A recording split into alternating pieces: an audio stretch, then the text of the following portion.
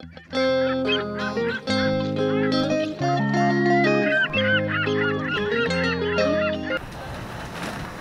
profite qu'on soit au petit matin pour faire un épisode complètement à part, un genre d'inédit, un petit bonus hors série, sur les cartes de nuit.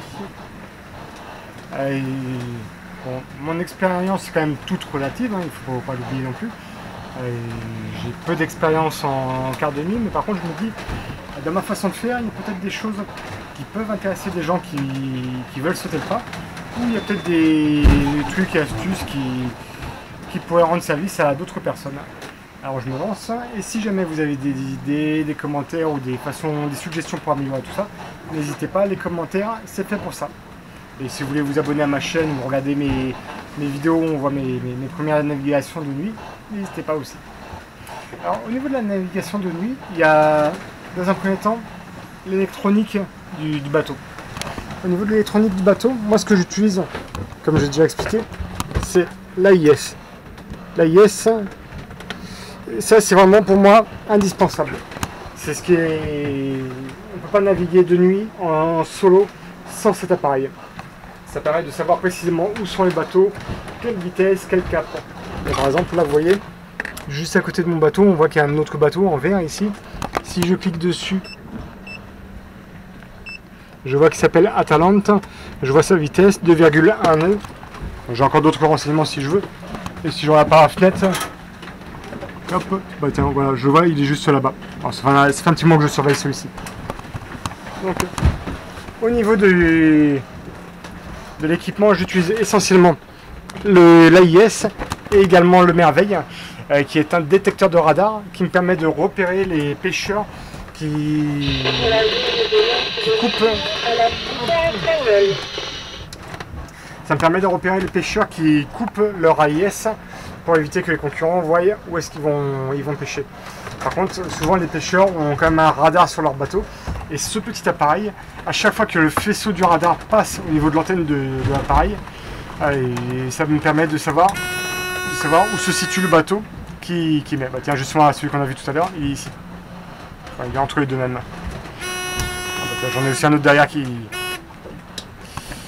Il y en a aussi un autre. Et c'est vrai que cet appareil m'a déjà permis de repérer de nombreux pêcheurs qui coupent l'AIS. Et en général, dès qu'on s'approche un petit peu d'eux, ils allument leur lumière et souvent ils allument aussi l'AIS. Ça c'est la première chose. Ensuite, sur un bateau, donc il faut savoir que la veille constante est obligatoire. Quand on dit obligatoire, ça veut dire qu'il faut tout le temps surveiller, qu'il n'y ait pas d'autres bateaux, qu'il n'y ait pas de risque de collision, que tout va bien. Quand on navigue en solo, c'est impossible. Il y a forcément un moment où il faut qu'on dorme, il faut qu'on récupère un petit peu. Donc quand c'est comme ça, moi je m'organise avec moi-même.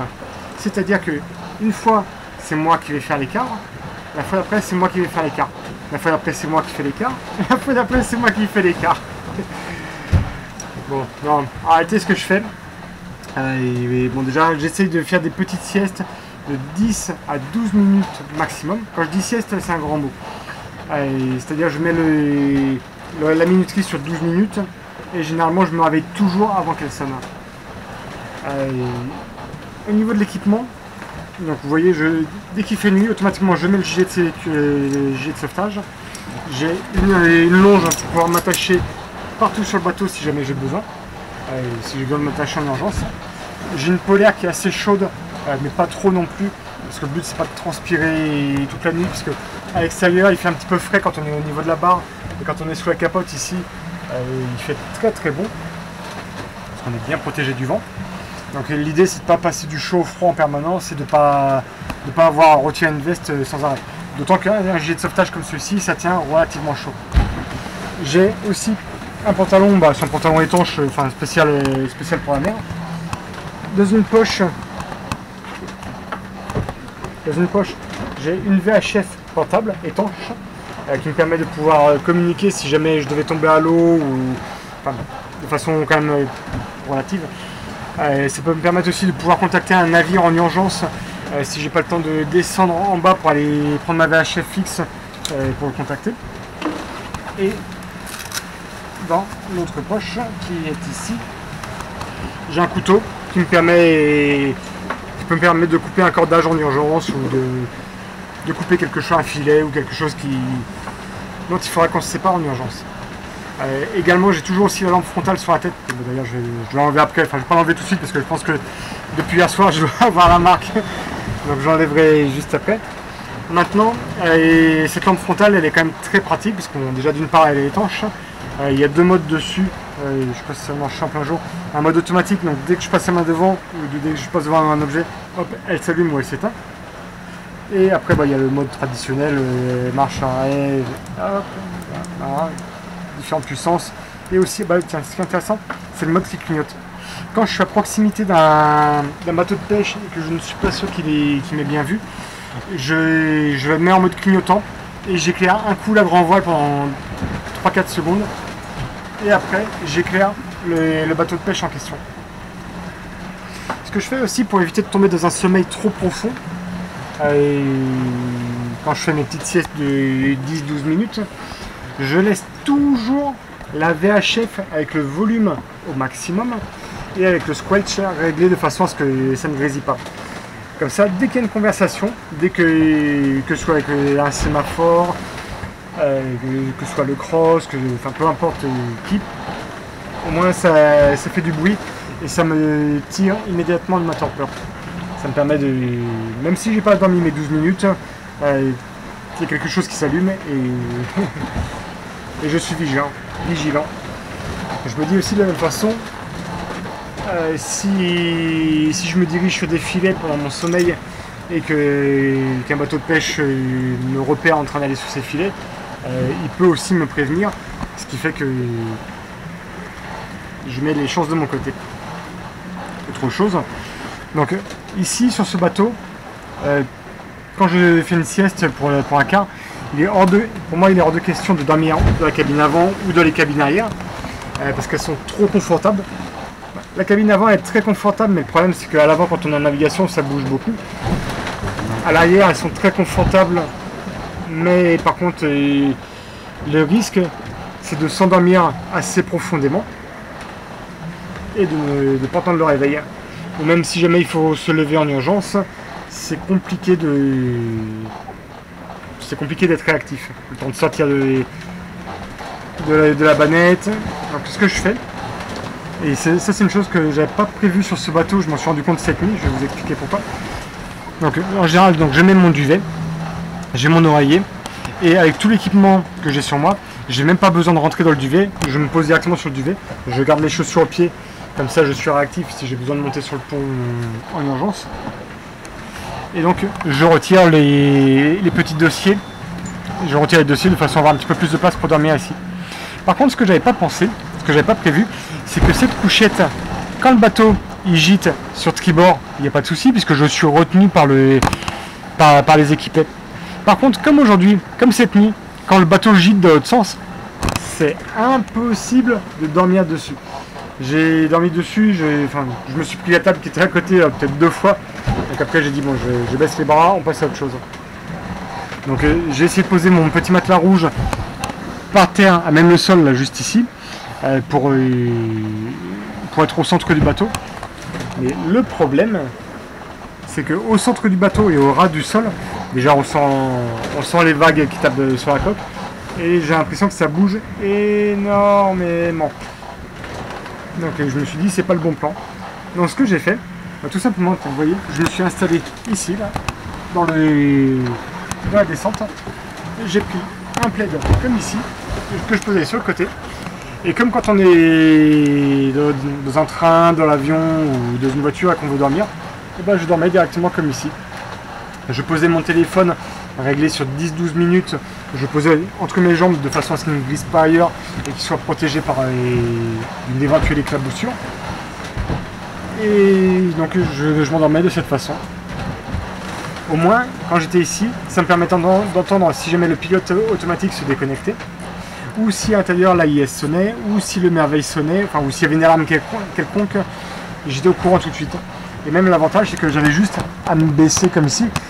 Au moment où les 10-12 minutes étaient sur le point de sonner, paf, je pouvais me pencher observer l'AIS, donc je vois la vitesse de mon bateau, je vois s'il y a un autre bateau aux alentours, ou je vois éventuellement le merveille d'ici. Hop. Donc juste en me levant un petit peu, bon, je vois s'il y a des feux, voir s'il y a quelque chose autour de moi. En me penchant en arrière, paf, j'ai la girouette ici. Et donc une fois sur deux, je me contentais de cette petite vérification. Et l'autre fois sur deux, par contre, là je me levais, je faisais le tour du cockpit, vérification des voiles, et je descendais en bas pour vérifier l'AIS et faire mon petit tour en bas, voir si tout allait bien. Pareil, bah, on voit encore sur la table les vestiges de quelques bonbons. Parce que quand je suis en navigation, moi j'aime bien, surtout la nuit, j'aime bien manger des bonbons. Alors j'en mange pas des masses, mais j'en mange un petit peu quand même. Ça me permet d'avoir un petit regain d'énergie, un petit coup de boost en plus. Et pareil, j'ai aussi toujours une bouteille d'eau, enfin une ou deux bouteilles d'eau. Bah tiens, on les voit dans l'évier. Et 2 bouteilles d'eau qui sont pleines avec du sirop de grenadine ou du sirop de menthe. Pareil, ça me fait un petit apport en sucre, donc ça me permet d'avoir suffisamment d'énergie pour tenir la nuit. Et par contre, donc la nuit, l'idée c'est pas de dormir à 10 minutes, 10 minutes, 10 minutes, ainsi de suite. L'idée c'est de faire ces siestes vraiment dans les moments où on sent qu'il y a un petit peu de fatigue qui arrive, pour éviter justement qu'il y ait trop de fatigue qui s'installe. Donc des fois, ça m'est arrivé de faire 3-4 siestes de 10 minutes comme ça d'affilée, et d'un seul coup de rester éveillé peut-être pendant une demi-heure ou même voire plus, parce que soit parce que le bateau n'arrêtait pas de taper dans les vagues et c'était un petit peu désagréable, soit parce que je me sentais plus fatigué, soit parce qu'il y avait un bateau de pêche qui était aux alentours. Donc deux moments où j'avais pas besoin de dormir. Il faut sortir de l'idée où on se dit bah la nuit on dort et la journée on est réveillé. Là dans la journée je sais très bien que je vais faire encore plusieurs fois ces petites siestes de quelques minutes, juste le temps de me reposer.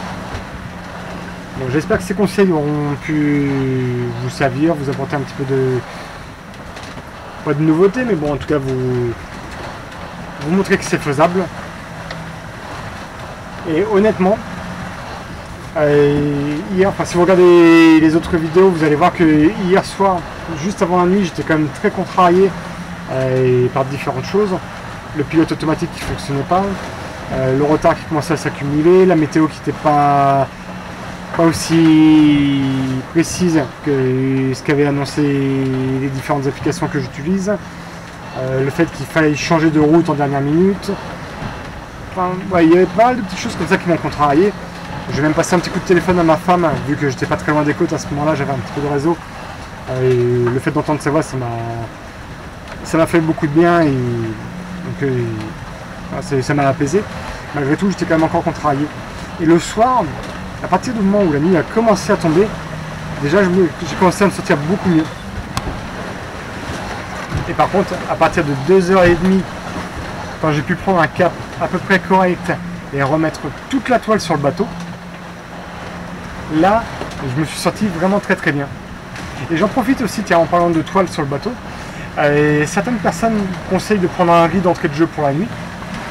Moi personnellement, si la météo ne m'oblige pas à prendre un riz, je ne veux pas prendre de riz. Pourquoi? Parce que sur le bateau ici, ça me prend, si je suis déjà au pré serré ou au bon plein, on va dire maximum, j'en ai pour 2 minutes à descendre à grand voile, parce que de toute façon ma drisse c'est marqué, donc je sais où la descendre, étarquer ma brosse, ma bosse de riz et resserrer légèrement la deuxième, retendre la grand voile, retendre l'écoute, maximum 2 minutes, ça va très vite. Par contre, pour le début de nuit, le temps que les yeux s'habituent bien à toute l'obscurité, en général je mets toujours 2 ou 3 tours dans le génois de façon à réduire sa superficie pour avoir une meilleure visibilité, parce qu'on sait que le génois, il y a quand même un angle mort qui est très important. Je ne sais pas si vous allez voir là, sous la capote, là ici je ne vois strictement rien de ce qu'il y a sous le génois.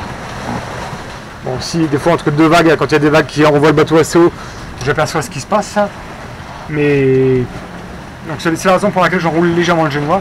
Et après de la nuit, si je vois que tout va bien, bah, je redéroule le génois et c'est ce que j'ai fait cette nuit. Dernier point.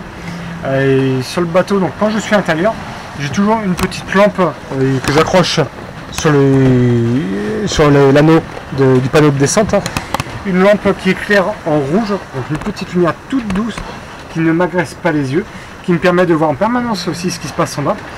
Et ça, c'est une petite lampe à pile qui consomme rien du tout. Tout comme l'AIS et le Naveil, ça ne consomme rien du tout. Donc c'est que du bonheur. Allez, à bientôt les mouettes.